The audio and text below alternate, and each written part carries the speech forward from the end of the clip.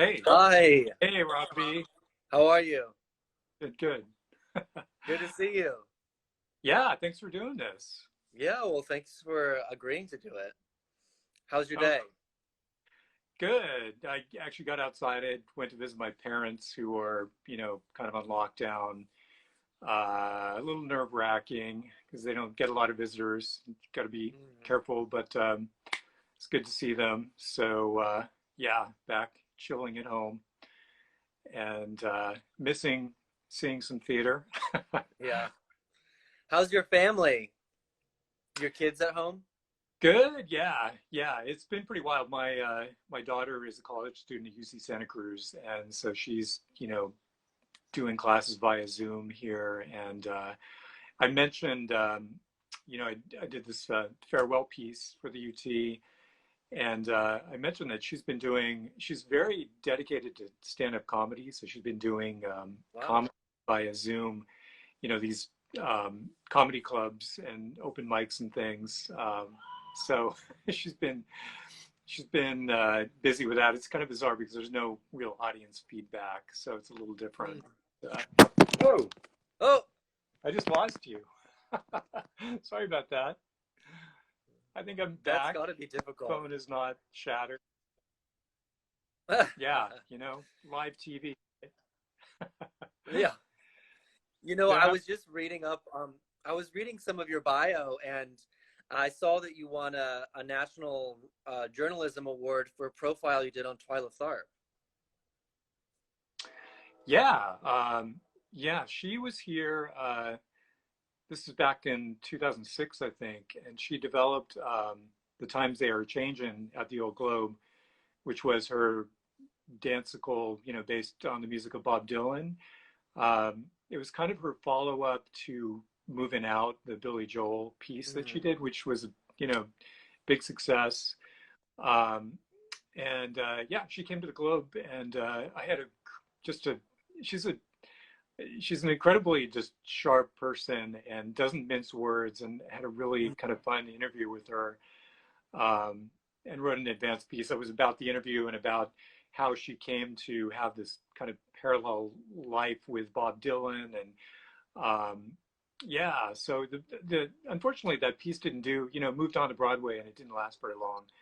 Mm. And I don't know if it's been done since. It was a really interesting piece, but very kind of abstract, and you know, just nothing like I'd seen before. Um, and Mm. yeah, she's a real, she's a personality. She was a lot of Yeah, fun to talk to. I Yeah, bet. yeah, I have a lot of admiration and respect for her. I read one of her books, and she's an yeah, incredible artist. yeah, yeah. John Malachok, who works here in town, was part of her company for quite a while. I remember, Oh, I didn't know that.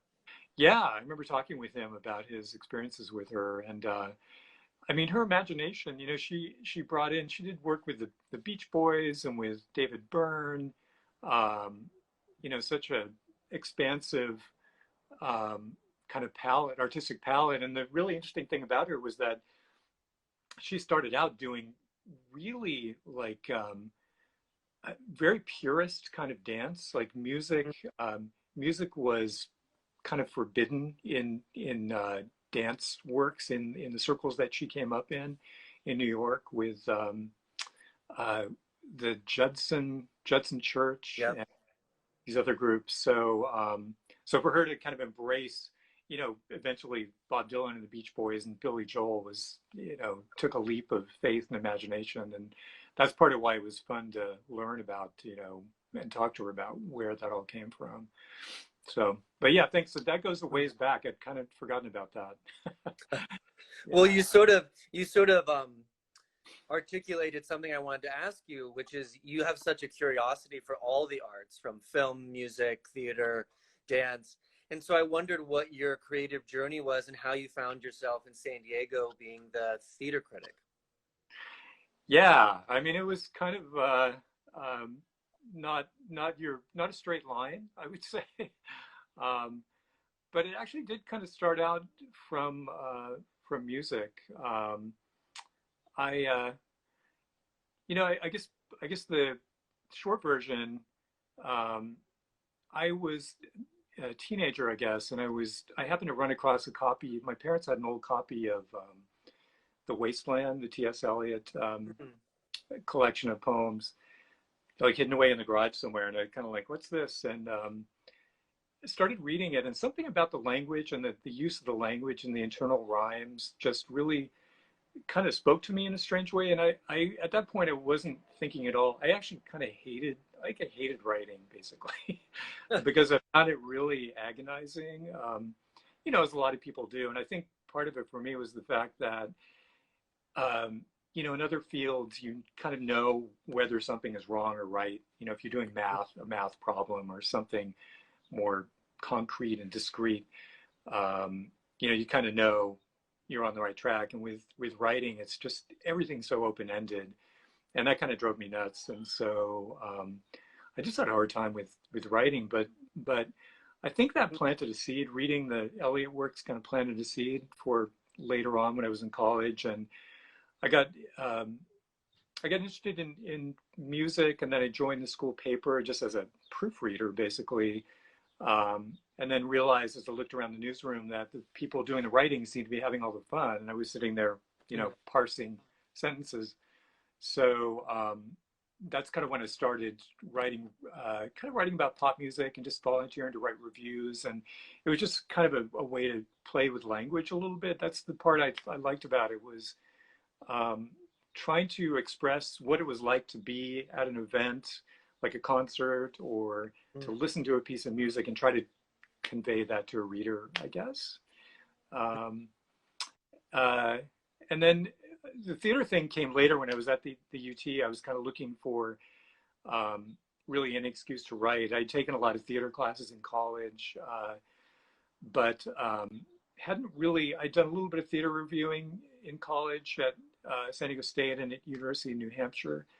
But it was really when I was at the UT, kind of backing up Amory Welsh, who was the main theater critic at the time, that I got to really do it in earnest, and that just opened up a whole new world, especially in doing it in San Diego, such a fertile theater community.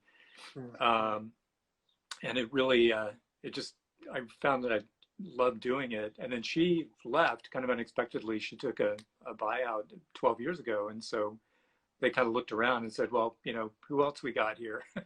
Okay, you're in. And I'd probably done maybe a couple hundred reviews by at that point. So yeah, I don't know if did that answer your question? Yeah, I Yeah. mean, that was kind of the, yeah. Oh, I Sorry. fell again. You can tell I haven't worked out my tech situation here. Here, I'm going to put this thing right here. I want to make sure you can see the umbrellas of Cherbourg. Oh, I love that. Yeah, I love something about that movie. And I wanted to mention this to you because something about the kind of, romanticism combined with this harsh realism really speaks to me about this movie. Plus the fact that it's sung through, and which isn't that unusual for your musical, but you have in this case like gas station attendants who are singing, do you want regular or premium? It's just, it's kind of a trip. But I was thinking about that in terms of the last 5 years, because that's such a melodic piece of work, and it's so romantic, um, and yet there's that through line of just realism and kind of difficulty running through it. And I loved what you did with that at Cygnet in your direction of it. That was a really just a really fulfilling show to see. So Thank you. Thank yeah, you. yeah. So that's my segue. I love that. I love that. What where did you grow up? You said you went to the school in New Hampshire, but also San Diego State? Yeah. So I basically spent the first 4 years of my life in Japan. my dad was a Navy physician, and so we traveled around a lot. When I was 7 weeks old, we moved to Japan and lived there for 4 years. So I apparently I could speak Japanese pretty well when I was a kid, but Wow. lost most of that. And I have a few memories of living there. And then my dad was sent to San Diego, stationed in San Diego at the old Balboa Hospital, that big pink building near Balboa Park. That's now a Veterans Museum, I think. Um, so, so yeah, we moved here and pretty much stayed. My parents are both from Maine, though, so I have a lot of New England connections, and my wife was from New England as well. So, but I've lived here most of my life. I went to did some school back east, and then I went to grad school at Columbia in New York, and then worked in Boston for a year. So, being bi-coastal, but San Diego is really really my hometown. Yeah, you've embraced the surfing culture, I see. Yeah. Yeah, well, I kind of grew up with it. My friends and I were teenagers, started surfing, and yeah, and so I was able to kind of work that into the job a little bit, which was fun, surfing with actors, and yeah, that was, so I can call myself a pro surfer now, I think, because I got paid for surfing, so to speak. But Wow. yeah, no. So, and we live kind of close to the beach, although no one can go to the beach now, which is unfortunate but understandable. So, yeah. Yeah. So I was here when Cygnet did his first few shows, and I think the first thing I saw there was Biederman and the Firebugs. I don't know if you've heard like Sean I've heard direct. stories. Yeah. Yeah, it was wild and memorable.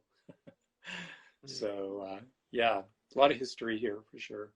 And actually, since I grew up here, I think some of my first theater experiences were, school kids would go to the Globe to see, school day performances. I remember doing that, and I swear, in high school, I swear I remember seeing something at what is now Cygnet Space, which I think was a place where they were doing kind of educational theater at the time. So yeah, we go way back. Yeah, I hear stories about people will come to the theater in Old Town and they'll tell stories of, oh, I remember seeing such and such show here. Or actually, there's someone watching our interview. His name's Navar, and he was in a show with Sean Murray. He played Sean's father, I think, when Sean was very young at the theater in Old Town. Sean No, has sketches of it. Navar yeah, Perry. that's really cool. Yeah. Yeah. Hello, everybody. I was just realizing, looking at the scroll of people here, it's nice. They're watching. Yeah. Yeah. So what are you doing now that you can't surf? What do you Right. Or see theater? What are you doing to stay active or creative? Or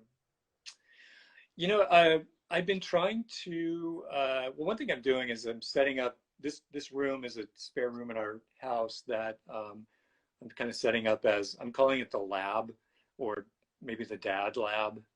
Sounds slightly less pretentious, but I've been trying for years to get better at playing guitar and piano. So we've got like a digital piano here, and I've got a couple guitars, and I've been kind of noodling around a little bit, trying to get back. I want to get back into trying to record on GarageBand and just play around with. Awesome. So, and then yeah, just kind of having a space to write in is what I hope is going to be, because I'm, at some point I plan to return to writing, and I'm not sure exactly what form that'll take. But I've been thinking of some possible book projects, and probably do some freelancing at some point. But yeah, so I don't know. Those things are kind of keeping me connected. It's been strange because the workaday world of being in the newspapers is just, it just never stops. And so that was that really took a lot of my creative energy, and then suddenly that's like gone. So it's been a readjustment.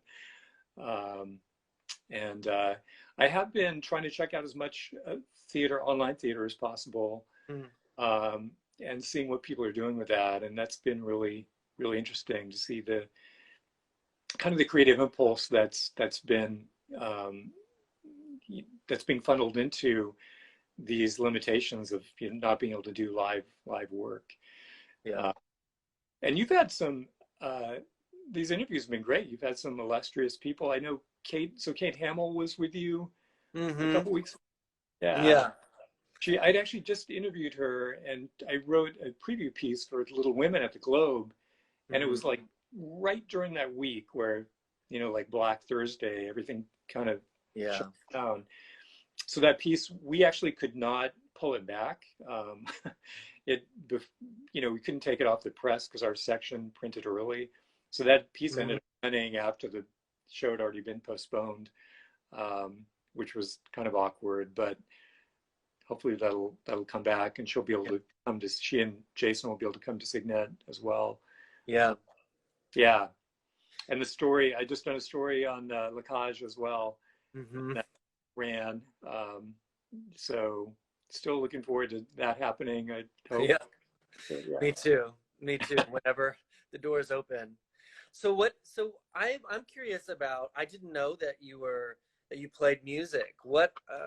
Who are some of your influencer? Like who you influenced by, and what kind of music are you drawn to?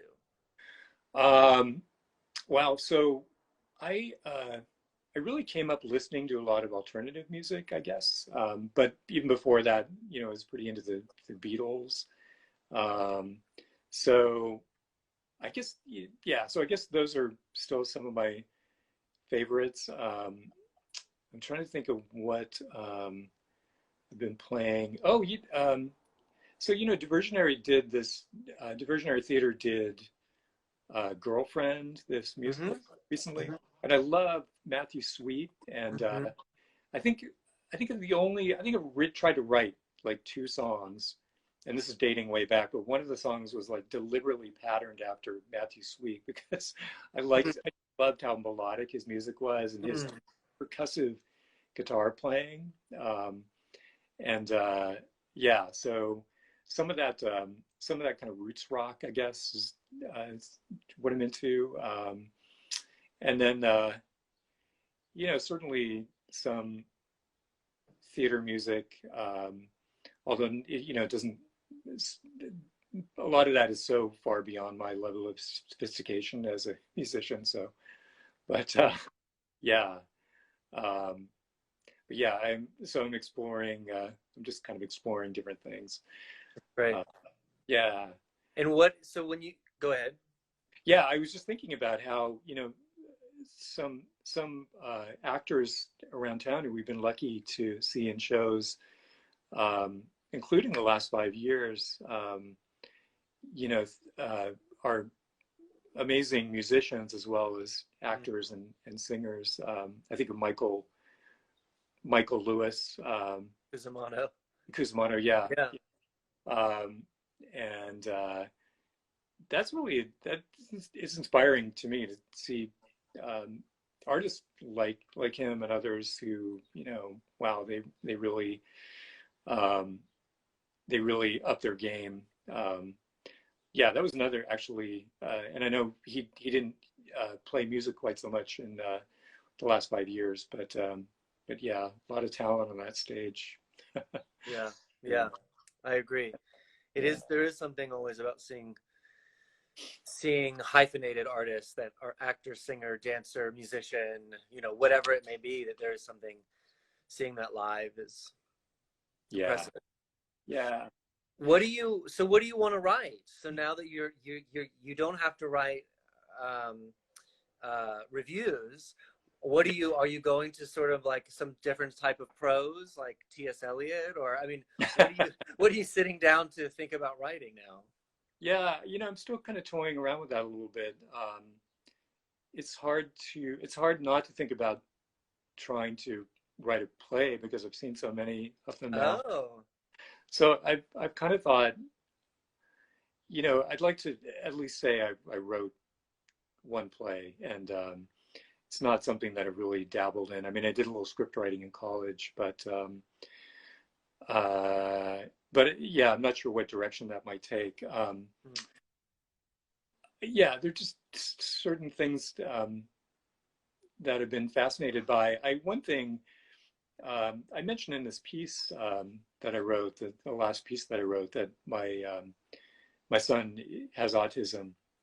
He's just turned 18, and just the way he sees the world is so different and interesting. And one thing about him that is really different.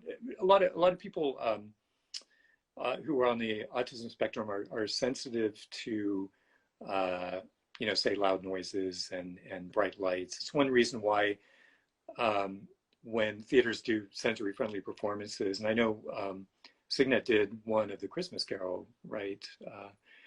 But usually those are geared toward having toned down sound and toned down lighting. But he actually he's very sensory seeking. So he Mm. loves like loud, he thinks loud noises are hilarious. And he just loves the just that clamor. I took him, we sat in the front row to see Stomp at the Civic, and that was like the greatest thing ever. Um, so I don't know, I've thought of pursuing some kind of writing that tells that story a little bit, just because, not so much that not even necessarily that it's a story I want to tell, but it's something I want to explore because I'm so fascinated by it. Um, to experience sound in such a way that it, you know, makes him crack up or just Mm. hits emotionally like that. It's like, what is that all about? And what is it like to sort of perceive the world from that standpoint? So Mm. that may end up serving as kind of fodder for exploration, I guess. Yeah. Wow. But in terms of you know, possible book projects, I think I want to stick a little closer to theater and maybe kind of take another step from what I've experienced in the past 12 plus years here, the shows I've seen, and kind of, I don't know, look back at what kinds of trends have developed Mm. and what the future might look like, that kind of thing. I know it's completely vague, but it's only been 2 weeks, so you got to Right, get. right. What do you can you articulate a little bit what you think the future of theater will look like?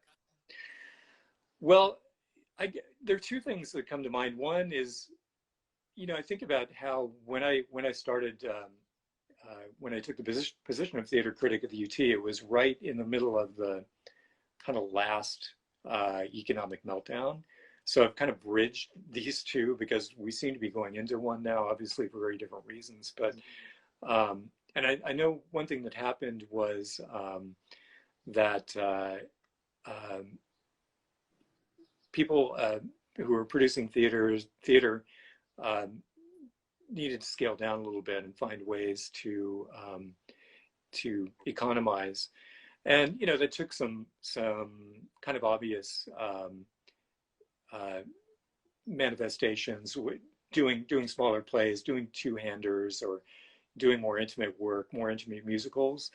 Um, but I think it also, it's like with anything where you're when limitations are pushed upon you, sometimes that results in um, creating something that wouldn't have happened otherwise. And I kind of think that happened the last time that we went through these economic difficulties. I think even things like more um, site-specific theater or Mm. immersive theater or just thinking outside the box like that is something we've seen an increase in. And so I think I would expect to see that kind of happen again. But the other thing is, because technology has become so suddenly important or more important than ever, in this time, because theater, if it's going to be done, has to be done online. Um, I think that some of that, I would kind of expect some of that to work its way into live theater. I mean, I know, Mm.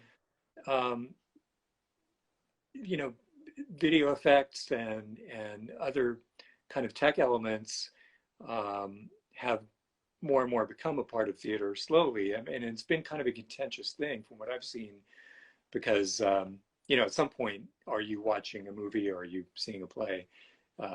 If it's dominated by video. But but I do think that I think this experience will probably show people ways that we can use technology to really connect, even in a live setting. I don't know. I don't really pretend to know what form that might take, but I would imagine that that'll be something we'll see more of. Um, yeah, I agree with you. yeah, I think that I've thought this for a while now about, what is, how do we how do we how do we really articulate what it is that, why we need to either shut our phones off or embrace them. yeah, Because so often I see ushers, you know, punishing young audience members who want to take a photo of a set or take a right, selfie. right, And that can't, you're not going to get those young people to come back. yeah, um, and and so we need to do a better job of articulating what being present means and why that's important, right, or embrace the cell phone. Embrace that, yeah, young people are going to want to use it, and when I teach, it is something I notice with young people, is that there is this, not only are they able to multitask much better than I am because they were right, raised on the screen, but also that there is this sense of how do we embrace it as theater makers, and I'm always fascinated by it, and so I think that conversation is if it's providing a pathway for an audience to have another peak or window or entry point into storytelling, why right, not embrace it somehow? And it right, doesn't have to look like the Wooster Group or full, right, it, right. it can look like, it can be something crude and different, but I don't know. I think you're right. I think I hope that we figure out a way to talk Yeah. about it at least. Well, I got to say, it's interesting to hear you talk about that because I think the most memorable, for better or worse, kind of cell phone incident happened at one of your shows, right? I've never seen Yeah. anything like my daughter and I still talk about that because she went to that opening night of Mary. Camera. Yeah. Yeah. Yeah, yeah. Yeah. I Um, talked to Deanna actually yesterday, and she okay, always uses it as a joke. She talks about, she's like, well, nothing could be worse than when the man answered his cell phone and had a full conversation. Someone told him he was an asshole, and then he on the phone says, I think I'm supposed to pay attention now. I said, yeah, I said, yeah. there's something to that. Like, there's something about, like, a man answers his cell phone and says, I think I'm supposed to pay attention now. I'm not quite sure what it is about that phrase, but it's something. Right, right. Yeah. I mean, the thing I remember about that, and I guess for people who weren't there, was yeah, this bizarre incident where the phone rings, and so instantly everybody, the audience is already, everybody tenses up, um, and looking around to see who it is, and then the last thing you expect is for someone to the phone to stop ringing, it to be, and then followed by a guy answering it and saying hello, and your cast was amazing. Actually, they were so Yeah. just unruffled. They just, I mean, I think they froze It was for a like a little. little soft freeze. And Yeah, I think she was 15 maybe at the time, a 15-year-old actor on the stage. And she, right. she stayed Beautiful. with Deanna. The thing that I love is the next line after that is, after the cell phone incident was finished, Deanna's line is, I've counted up everything in my life and I've come up with the result, and the result is zero. And then she says the word zero maybe 18 times in a row. And at one point she like turns and she slings a 0 in the direction of the cell phone man. Right, right. Yeah, yeah, well done. Well, it was, I just remember this weird energy because as soon as the man answered the phone, everybody was united. I mean, it's one thing about theater is it's nice to feel as though you're in sync with the people around you. In that case, everybody was completely in sync, in fury at this man. And then, yeah, someone yelled expletive at him, and oh yeah, good times. That was It's a good story. Yeah. yeah, Yeah. so, Yeah. but So tell me, go ahead. I guess that, just circling back to what we were talking about, I guess that gets at sort of the complications. I think Cygnet actually was kind of on the front lines of doing like tweet nights. This is going back, this might have even been before you came aboard, but Yeah. there were tweet performances, and I think Cygnet was among the first to try those out, and it was fun to kind of not be there, but to be following on Twitter and see what people were saying about the show. I mean, it's such a tough balance because you've got to have the right audience there, and if you have to have that buy-in. Yeah.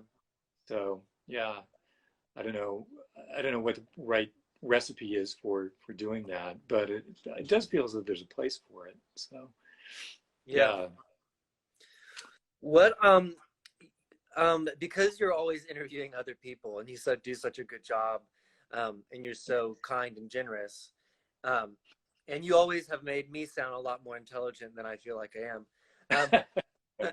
What what Not that. are you most proud of when you look back at your time at the UT? What are you really proud of that you've accomplished? Yeah.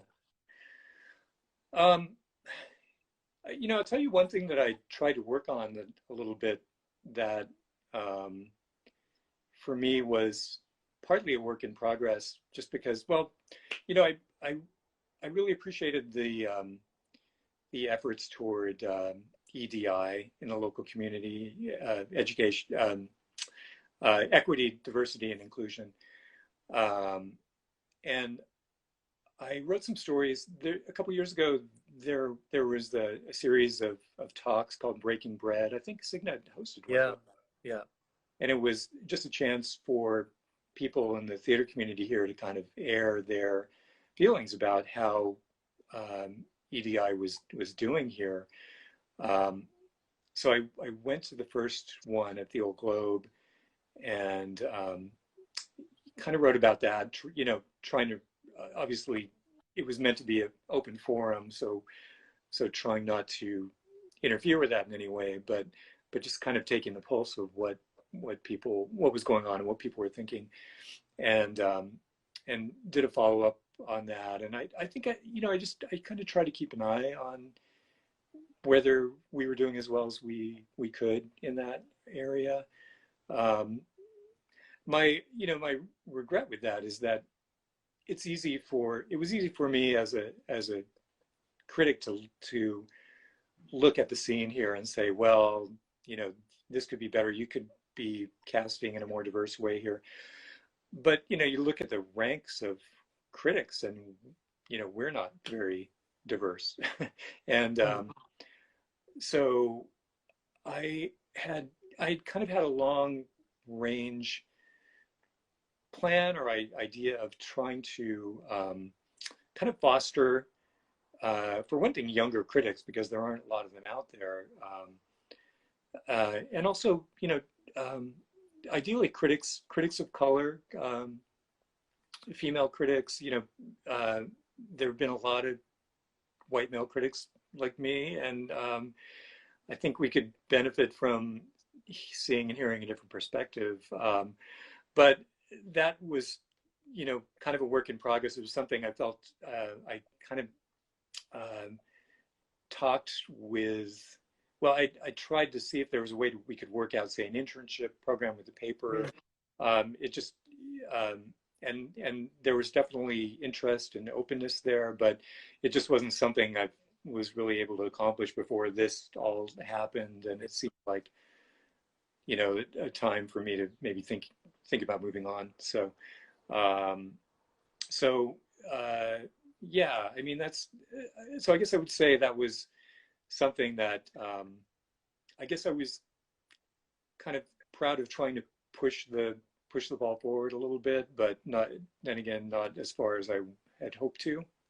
Mm. Yeah. Um, and you know, beyond that, I mean, there were there were certain things, certain projects I worked on that I was, you know, I look back on and think, well, that was fun or that worked out pretty well. I did. We had for a while this theater panel. We had like 8 people who would check in with periodically, and we would get their views on. These were actors and playwrights and administrators, and kind of crowdsourcing their thoughts about what was going on in the theater community. And then I did this thing called the 8:30 Project because I was driving, I was driving downtown into downtown San Diego one night going to a play, and I thought, wow, you know, well, I'm going to this performance. There at the same time, there's going to be a show going on. It's you know, say I'm going to San Diego Rep. At the same time, there's going to be something going on at the Civic, Mm. something going on at the former Ion, just uptown, across the bay at Lambs and Coronado, you know, farther east at Moxie and and in Old Town at Cygnet. And I thought, you know, wouldn't it be fun if we could? Wouldn't I would love to be able to like jump through the wall from whatever theater I'm in, whatever play I'm seeing, just to see what's going on at that Mm. exact moment over at Moxie or over at Cygnet, because it's all, you know, it's happening in these separate houses. And I just, that idea kind of intrigued me. So what we did was we recruited, I think we ended up having maybe 10 people who all went to 10 separate shows around town on one night, on a single Saturday night. And then we had them check in and tell us, okay, we just need you to look at your watch and tell us exactly what was happening at exactly 8:30 p.m. Uh, that night. And we made this map with anecdotes of what was happening at 8:30 at each of those theaters, like a line of dialogue, a piece of action. So it was a snapshot of, instead of, you know, instead of just a review of one show, it was like this overview of all this stuff happening simultaneously. Um, and as I'm talking about it, it sounds kind of weird and no, mischievous. that's beautiful. I love It that. was fun. Yeah, well, I kind of, I mean, when I think back on it, it maybe is something we should have done more regularly. Although logistically, it was kind of tricky, but we had great, you know, buy-in from the theaters, and yeah, it was a fun little project. So I um, like anything that breaks down those barriers, you know? I feel like right, so often we can, as theater companies, we can be siloed, and any way to yeah, join everyone, I always love those initiatives and ideas. yeah. Well, I will say, you know, kind of in line with that, I feel as though San Diego, the theater community here is incredibly collaborative, and I don't think that's the case everywhere. Yeah. You know, I've read things about how in other cities it can be much more, you know, as you say, siloed and maybe even competitive. And there's just something about the scene here that there's been a lot of there's been a lot of cross fertilization. There doesn't seem to be a lot of um, kind of like jealousy or rancor or like that I've seen. I don't know. Maybe you have stories to tell about Mm-mm. backbiting, but but it seems yeah, it seems like there's a really good energy in that way. So, and I think that bodes well for, you know, whenever this whole thing ends or begins to end, you know, I don't know what it's going to look like, but I think kind of that spirit of cooperation should help. You know, Yeah, I agree. yeah. Did you? So, My lighting is terrible. I got to work on my lighting. Do you know good lighting designers? I feel like I'm in the shadows here. I don't know. no, I can see you. Okay, What? got my hat. This is like, you know, every day. It's like it's casual Friday somewhere, right? Yeah. My Yeah. Yeah, I always think that, like, you know, these teachers teaching everywhere. I mean, you can only see this far up. I mean, what if they're in their PJs? You know, you don't know. Um, Totally. Yeah.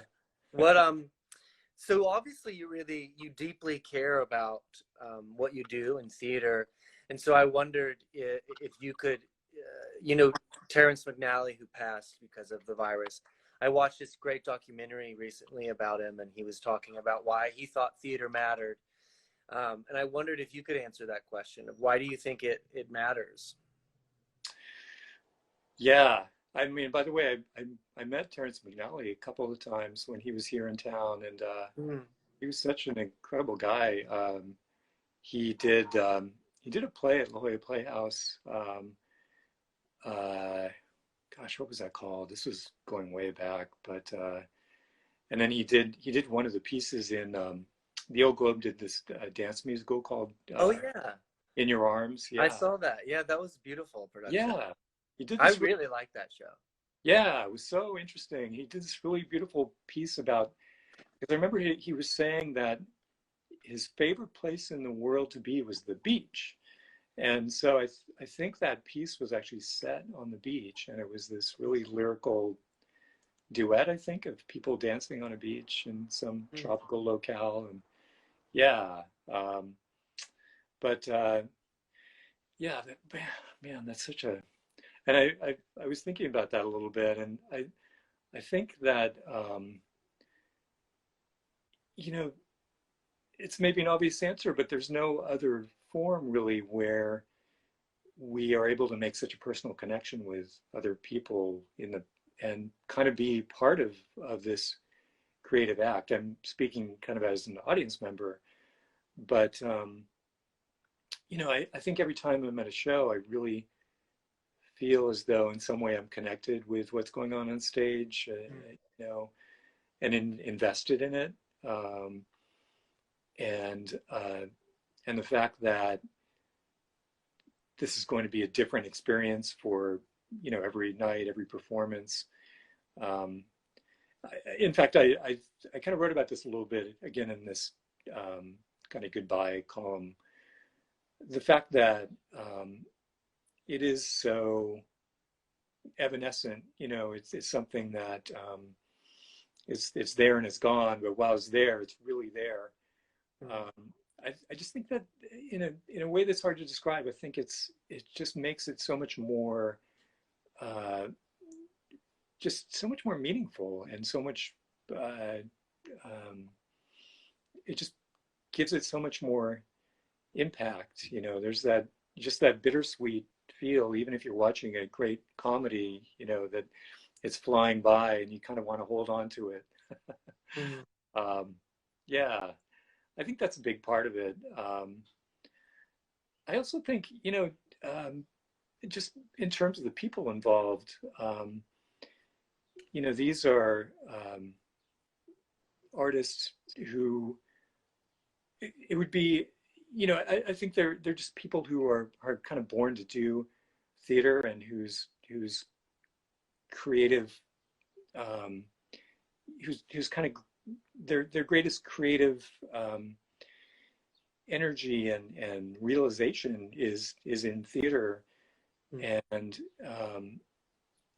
you know how can you what other form can you see people get up there and do what they do, and get to experience it in such a visceral way. I don't know, I'm not expressing that very well, I don't think, but it's just I'm just just amazed by how many incredibly talented artists here in San Diego and elsewhere, but um, and how lucky I've been to see them do what they do. And so to think that if theater didn't exist, I wouldn't have had a chance to witness that is that would seem like just wrong. Yeah, So yeah, yeah.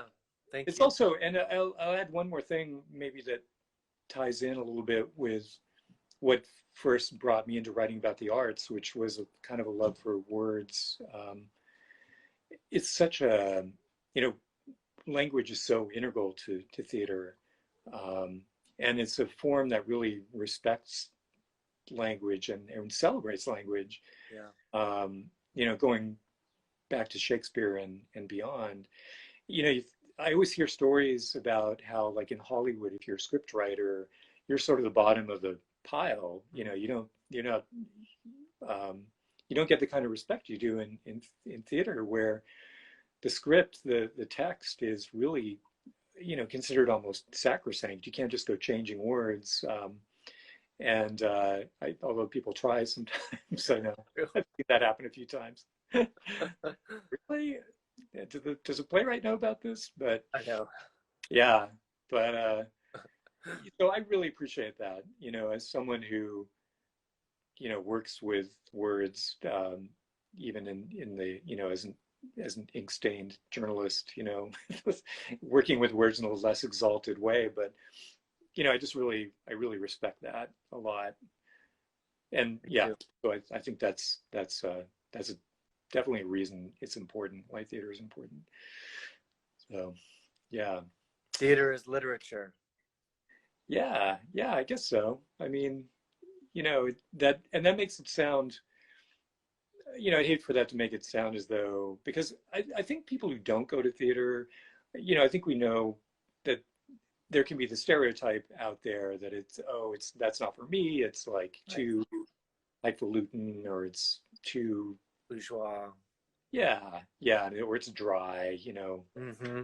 Uh, and I think, you know, people would be blown away by what theater can do. I mean, I don't know why this example springs to mind, but I remember when I heard that American Idiot, the Mm-hmm. Green Day album, was going to be made into a musical, and I remember thinking like, oh, come on, how's that going to work? That just seems like a terrible idea. Um, and again, it was, you know, that's kind of the music that I have listened to a lot, and and it just seemed as though, yeah, I don't know if that's really musical theater material. And then, you know, ended up seeing that show on Broadway. It was developed at Berkeley Rep, I think, and then landed on Broadway. And it was so incredibly moving and so well done Yeah. and so true to the material, and you know, sung through with the lyrics of Green Day, and yet it told the story, the way it was put together and the way this incredible set was designed, um, and that just was to me an example of how the form is so embracing of so many different Mm. uh, ways of expression, you know, and it was really, yeah, really incredible. Um, so I think that people who maybe don't think they're into theater could go see something like American Idiot. It doesn't have to be that, um, but I think it would, you know, really can open a lot of minds. So Yeah. yeah, I mean, the musicals I knew growing up were, um, you know, my parents had the cast albums or the movie soundtracks of, you know, the South Pacific and The Music Man, which I totally loved. In fact, you had you had asked about like a household, Oh something yeah. house, and I actually, so I have a little turntable here, and I found my copy from probably circa 1960s that my parents owned, my copy of The Music Man.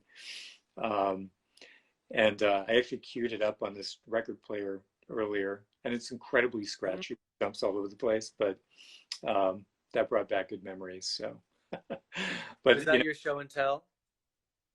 yeah, well, that is, well, I also, love it. but yeah, so I won't. I was going to actually put it on, but I'm afraid it'll jump all over. I don't know. Do you want some musical accompaniment? Should we Let's put listen. All right, let's give it a try.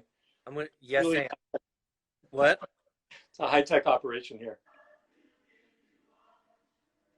I don't know if you can hear that. Yeah, so I would march around singing 76 trombones. You know, that's really, I mean, The Music Man is kind of an incredible piece of work. And there's that track, Rock Island, which is Uh-huh. basically a rap song.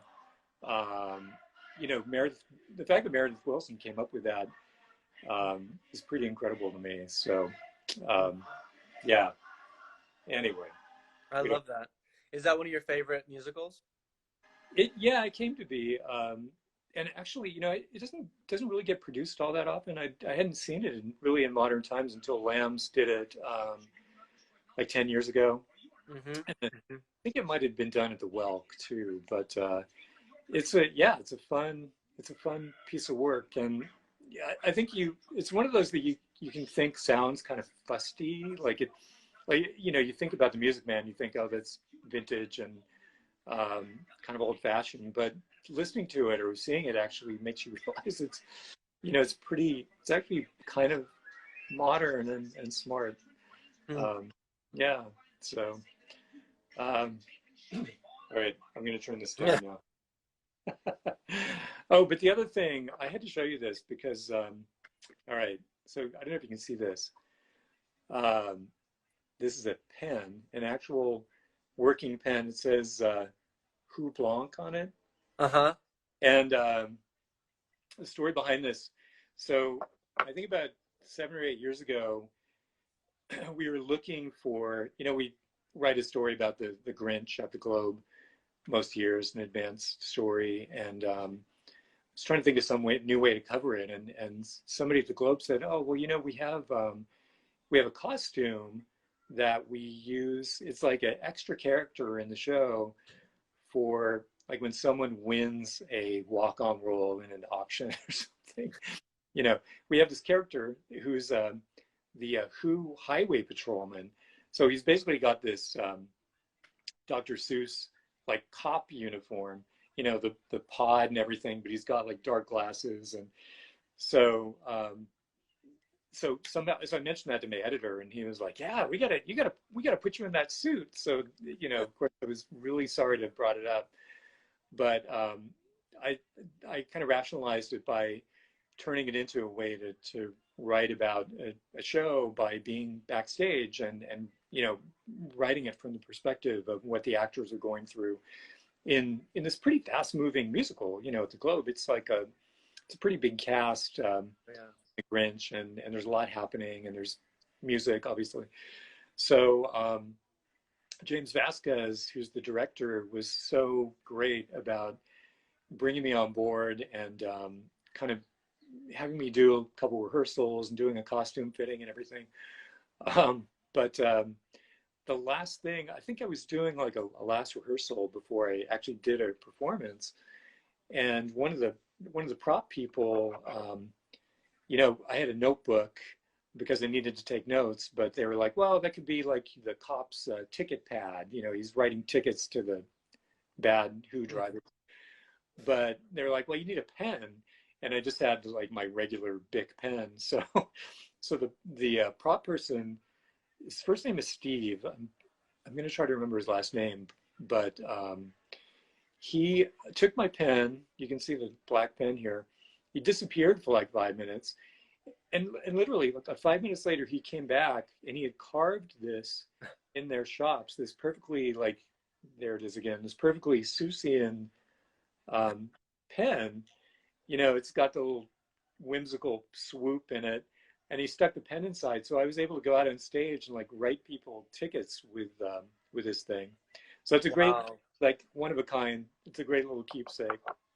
Wow. The to Yeah. imagine that someone could do that quickly. Yes, They I must was have been blown really away. seeped. I mean, stylistically, it fits so well too. I mean, Right. be seeped in that style that they can just whip that out that fast. Exactly. Yeah. Yeah. Well, and it's crazy because the pen, you can see it's painted, and the paint was still kind of wet because he finished this so quickly. But yeah. So, and I'm pretty sure it still works. Let's see. Well, kind of, but anyway. That's So great. That's yeah, amazing. yeah. That was Well, that. if anyone has questions, feel free to ask Jim anything you'd like now. I'll start because someone emailed me a question and they asked me to ask you if you had ever considered making theater in any way, and if you had, what would you be, an actor, director, designer, writer, playwright? Yeah. Well, I've done the Grinch. I think my work is done here. So no. Check. Uh, yeah. No. I think I was talking earlier about the fact that you know it would kind of be a natural step maybe for me to try writing and play. And I think I probably will do that at some point. Uh, I know there's a lot of inspiration here. There are a lot of great playwrights in town, and I know there's some great playwriting groups too, and play festivals. And I feel as though Cygnet has been really great about supporting new work with with the I'm blanking on the initiative. Yeah, thank you. Yeah. Yeah, yeah. There's a real receptiveness here. So, um, yeah, I don't know. It's funny. I think a lot of people who maybe get into writing about theater come to it from acting, but that wasn't really my background. So I haven't really, it's not something I've really thought about pursuing much. But yeah.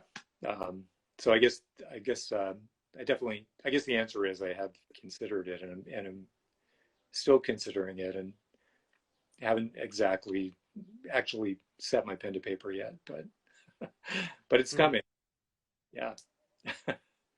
So. But I always find like, your respect for language and theater's respect for language and music, that like a good writer can find an economy of language and a time signature of a scene, that like that there's something about, your love of music and words that I feel like is a natural fit to write plays.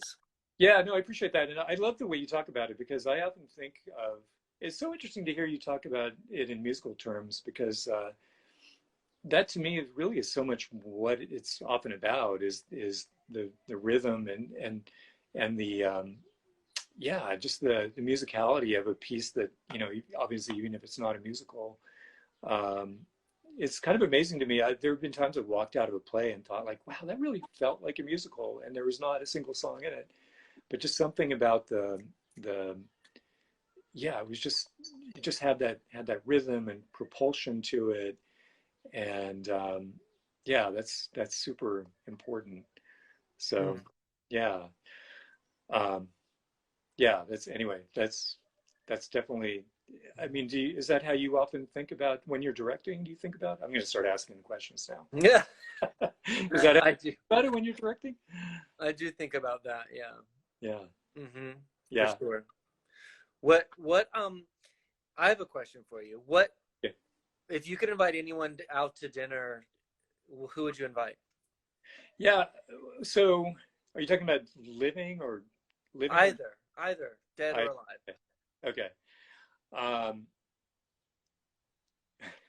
this is kind of a strange answer, but do you know J.B. Priestley? He's a playwright.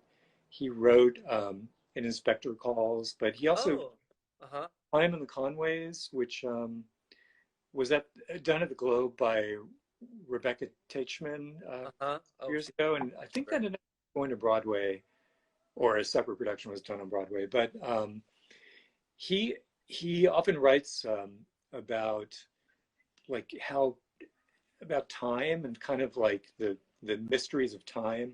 Time in the Conways was really this. It was almost like it was almost like in anticipation of kind of quantum physics in a weird way. The idea that all time is happening at the same time. I'm really kind of interested in that whole topic, and he wrote a book about how people experience time.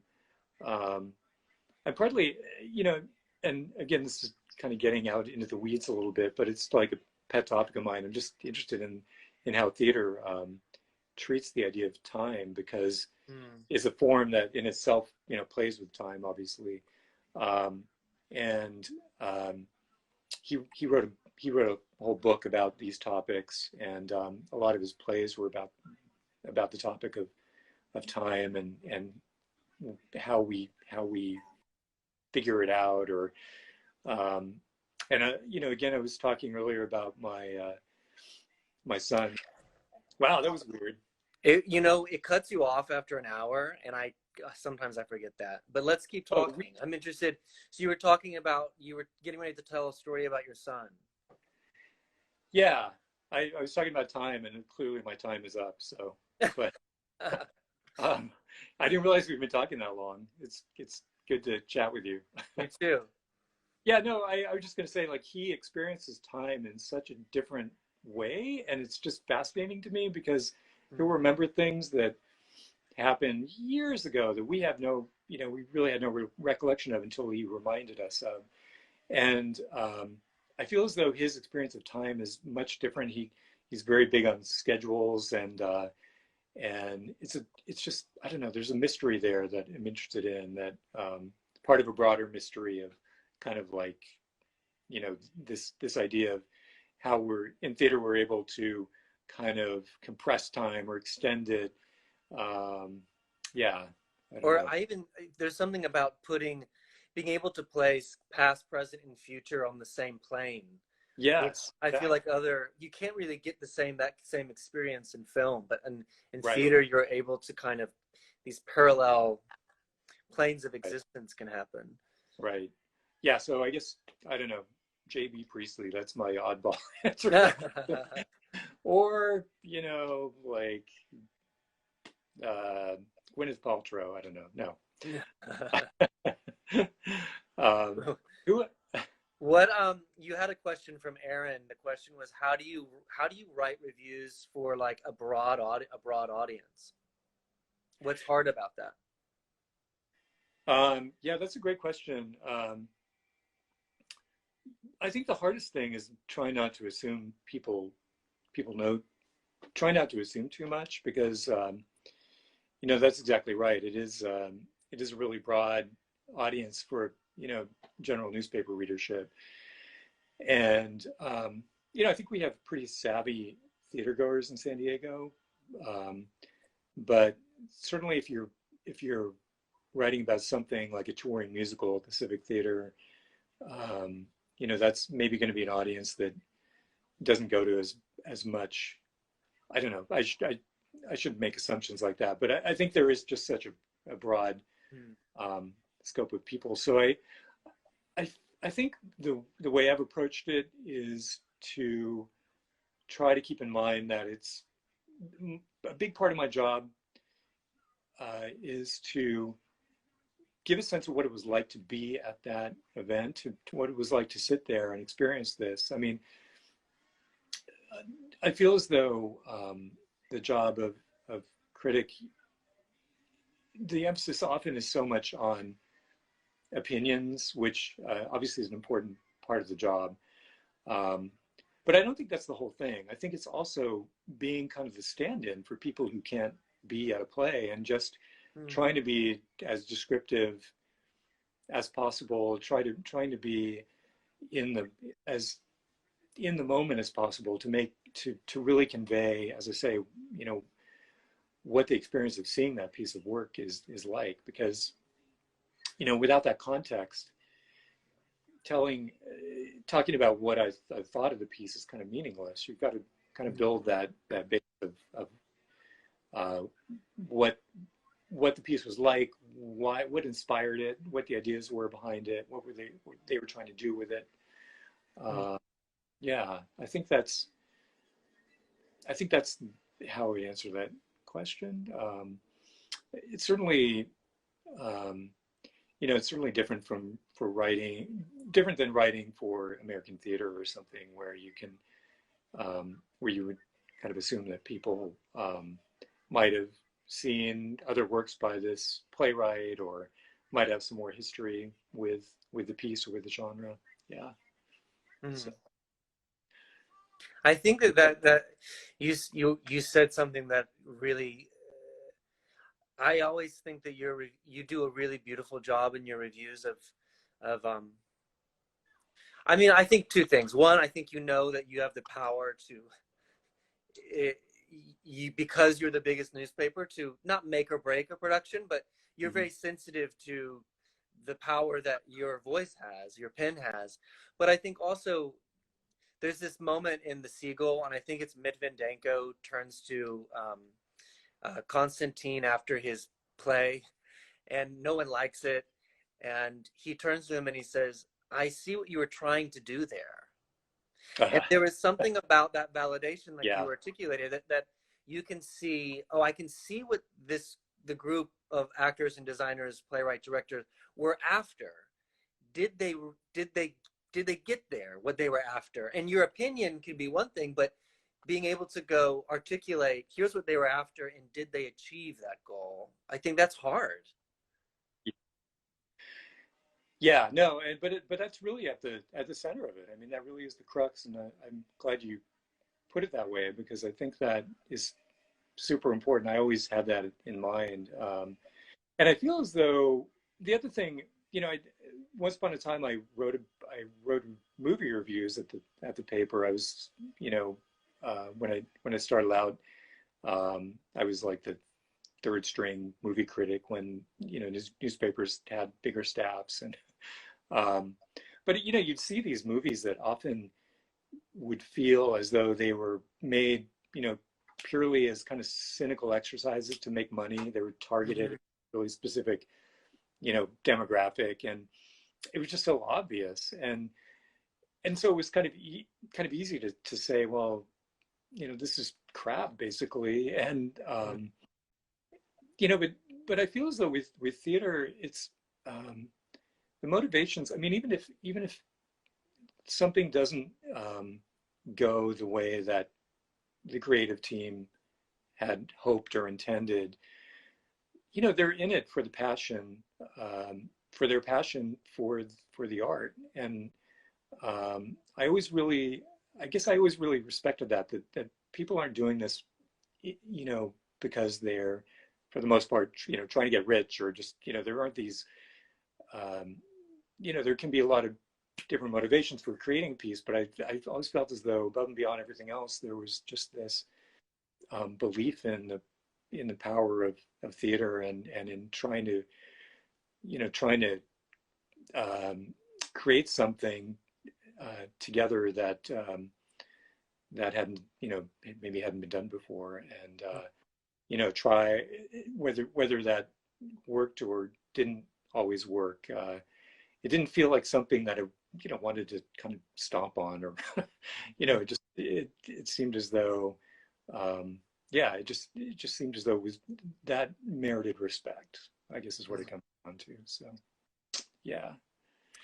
But of course, then so much of it is in San Diego. So much of it is amazing. So it's not as though I had to like sit on my hands Mm. or bite my tongue, because um, it was just so often I'd go to a show and just be amazed at what was happening. So um, that made it easier, I would say. Mm. So thank you to all of you for that. Thank you. Do you have any final words for us? Uh, God, keep at it. I know this is an incredibly tough time, and I I just don't. Um, I just my heart goes out to you, to everybody at Cygnet, to everybody in the theater community here, because I know how incredibly tough this must be. Just on a personal level, people trying to you know get by with the loss of a forum and the loss of income and everything else, and then the uncertainty of it on top of that. And so I just I hope everybody is able to keep the flame, Mm. um, keep the flame lit. I know I know that'll happen, as hard as these times are going to be. But I'm rooting for you. Thank you. Yeah. To reiterate something, Linda Libby commented and she said, how much we're all going to miss you, and to Uh, please don't be a stranger to the theater world. So Thank you. Thank you, Linda. Linda's great, and thank you, Robbie. I appreciate it, and thank you for having me on. This has been awesome. It's been great to talk to you. you too. All right. Nice to chat with you. Okay. We'll See see you, you my again. friend. Okay. Bye bye.